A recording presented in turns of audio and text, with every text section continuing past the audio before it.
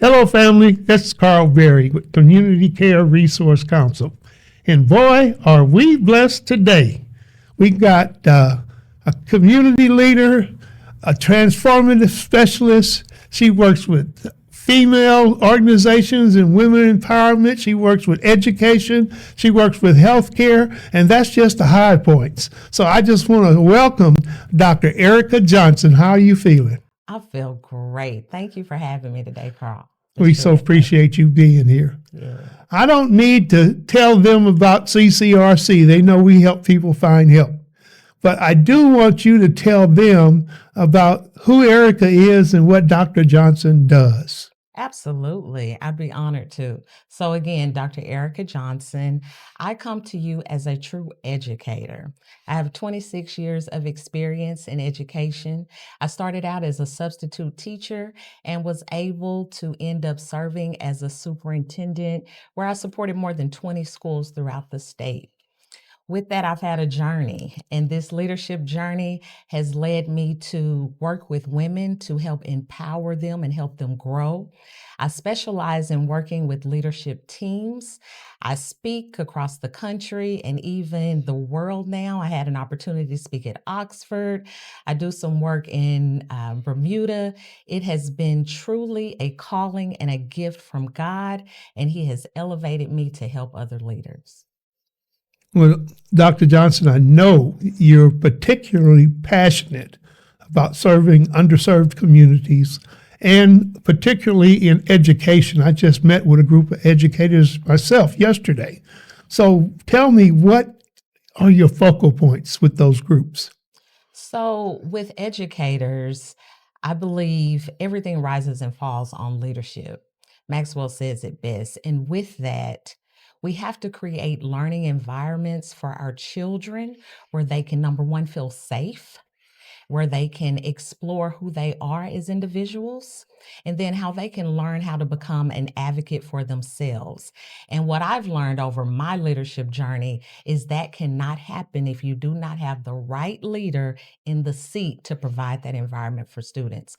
So my passion comes from really empowering leaders, helping them craft those learning environments, helping them build the courage to jump and to fight for kids, because for some of our babies, that's all they have. Well, to do what you do, it requires you do your homework. I know that. You've got actionable strategies. You've got research that you do.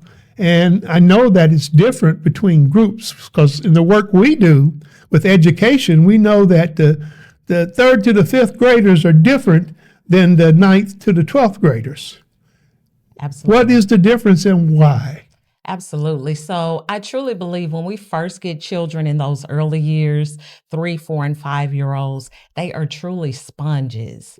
But then something happens when they get to 4th and 5th grade. And what I've learned is that it's not a child issue, it's really an adult issue. And it's how we see children that we serve. So if we can figure out how to change that mindset and that mentality and really help teachers and leaders alike in education to continue to speak into children, allow them to explore, get them out of the box, teach them how to think critically, they can soar to heights that we never imagined beyond 5th grade into high school. They can do great things, but it takes us as the adults in the room to really provide that pathway for them. You know, you're making such a great point because we're doing an event coming up December 6th, and we'll tell you more about that later. But in that event, we're going to talk about the fact that when we talk about audiovisual influence, Facebook, telephone, you name it. A lot of times I hear people commenting, those kids are listening to that music and they're watching the wrong thing and they're not doing anything right. But you just hit the nail on the head. And the kids got some challenges, but guess where the challenges come from? Where's that demarcation line? That's a great question, Carl. So what I have found in my experience in the work that I do is that We cannot allow these outside influences to babysit our children. It's our responsibility as adults and parents, community stakeholders, to provide these support systems so that our children do not have to depend on all social media, all TV networks to get that entertainment. In fact, I encourage our educators, let's teach our children how to create these stations for themselves. Teach them how to be film writers. English, we can write scripts. Why not? Why not embrace AI and teach our children how to use it in an appropriate way so that they themselves can explore, learn, and create things that we've never dreamed of? You got to remember, AI has not always been here, but it was a thought, it was a process, and we can help our children get there as well. They can discover and develop things and build jobs that we've never heard of. Oh, Ericka, you don't know how happy you make me, because one of the things we like to talk about and discuss is that the obstacles create the path.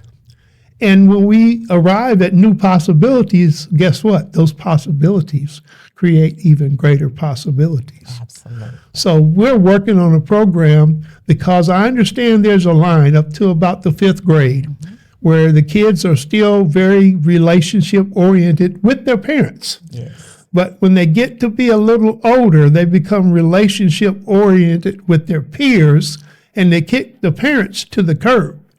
Is there a solution for that, or am I imagining it? Well, I always say when I've worked with principals over the years and had the opportunity to really be a model for them, I truly believe if you invite them, they will come. We have to make it the norm to invite our parents in. It is amazing to have a parent-teacher night where the students are the ones that are sharing information, teaching their parents.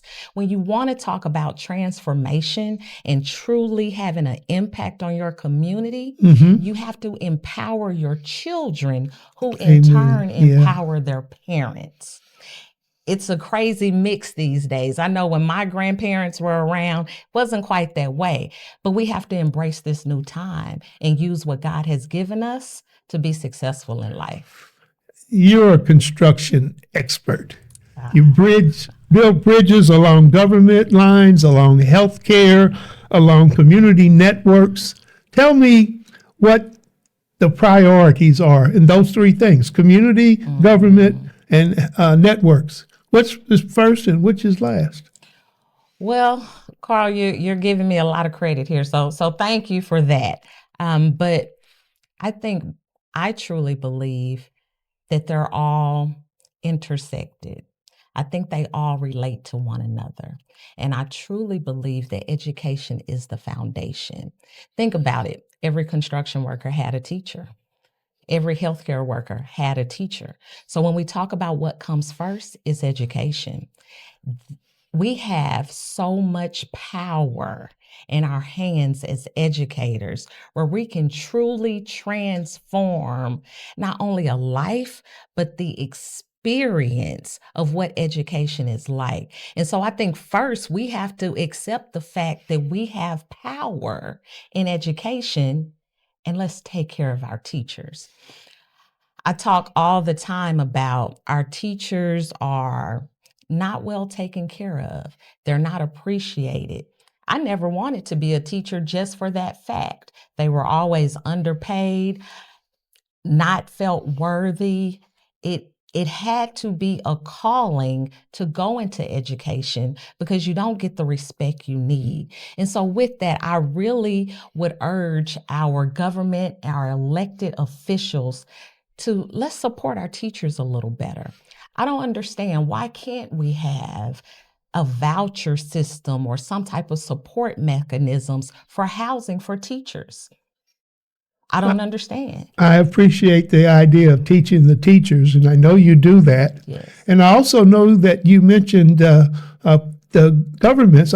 You just got back from D.C., didn't you? I did. Were you playing or riding up and down the Potomac or what? Not quite. I didn't get to do that this time. So I had the fortunate opportunity to visit DC last week. I attended the Congressional Black Caucus. I had an opportunity to promote my new book, From Sub to Soup, The Journey of a Transformational Leader, where I spoke about education and I spoke about how we can really change the trajectory of a teacher and what that support may look like. So going back to providing housing, providing subsidies for transportation, providing tuition free for advanced degrees for teachers. We have to start somewhere, and it's time out for just talking about it. It's time to do something about it. Well, this is just the beginning. We're going to take this a step further as we go along, but I want you to tell people about your book. Tell people between churches, schools, organizations, how they can get in touch with you so that you can make your wisdom available to them. I would love that. So, new book, From Sub to Soup, The Journey of a Transformational Leader. You can find it on Amazon, or you can go to my website at Ericka,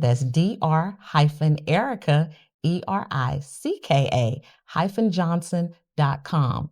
If you order it on my website, I will give you a personalized autographed copy. But you can definitely get it on Amazon. Follow me on social media at Dr. Ericka Johnson. That's Ericka Johnson. And talking about social media, you can find us, Community Care Resource Council, online at usccrc.org. We provide 36 different areas of life, and we will connect you to help in any encounter that you work into or walk into. And when you leave, you'll leave with a lot of hope and a lot of help. I want to thank you guys for being here. As always, my name's Carl, and I'm glad you were here.